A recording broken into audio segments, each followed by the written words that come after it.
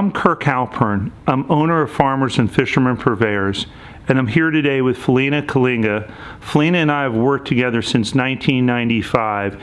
She runs our cut shop operation, and she is an excellent steak cutter. We're going to be producing some Farmers and Fishermen fillets and center cut strips. First, let me give you a very quick Meat 101 as Phelina is starting to fabricate the tenderloin. And by the way, we know these things. It's not subjective. It's all objective analysis because you have the big land-grant universities in the middle of the country. Iowa, Nebraska, Colorado, Oklahoma, Texas.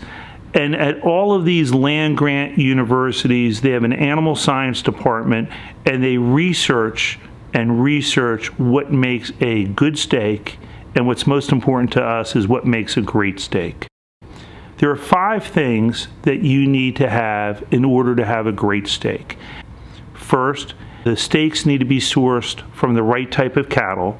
The breed that we use is Angus, which is also probably the most well-known. And there's a whole bunch of characteristics, but the bottom line is, scientifically, best eating attributes come from Angus-type cattle.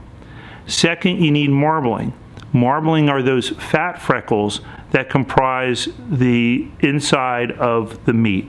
We know scientifically that if you remove all of the fat freckles from beef, pork, and lamb, you cannot tell the difference in taste among those 3 species. Flavor comes from the fat freckles. The more fat freckles, the more flavorful, general rule.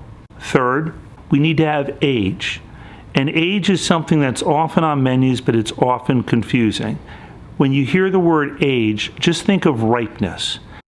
Meat is more like produce than it is fish. You wouldn't eat a green banana, you wouldn't eat a green strawberry, but actually some people eat potatoes that maybe haven't ripened yet. Similarly, on meat, you have certain cuts that ripeness is critically important. Strip loins, sirloins, ribeyes, and tenders. Our strip loins all have 28 days plus age, tenderloins as well. Fourth, you need to have where the animal is fed the right diet.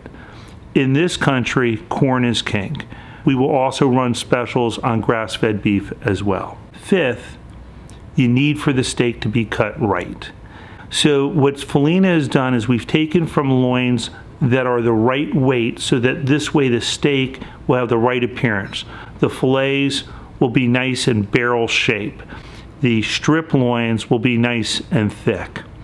So as Phelina is cutting the tenderloin, once it's steak ready, then she's going to go ahead and cut 8-ounce center cut fillets and then 3-ounce medallions. And then the product that over to the left is going to be our tender tips.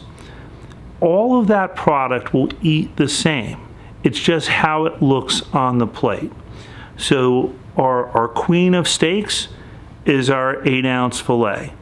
Our 3-ounce medallions become a great way to have a great tasting product, but you just have to have a little bit different plate presentation. So maybe you take 3-ounce medallions and put them and fan them out on a plate. You could even top it with Farmers and Fishermen foie gras, our crab meat, some other items. It eats great. And then these tender tips, those are a great item, a very cost-effective item that you can go ahead and serve in addition to wok, or you can go ahead and grill them and put them on top of a salad. These steaks look beautiful and they're going to eat beautiful as well.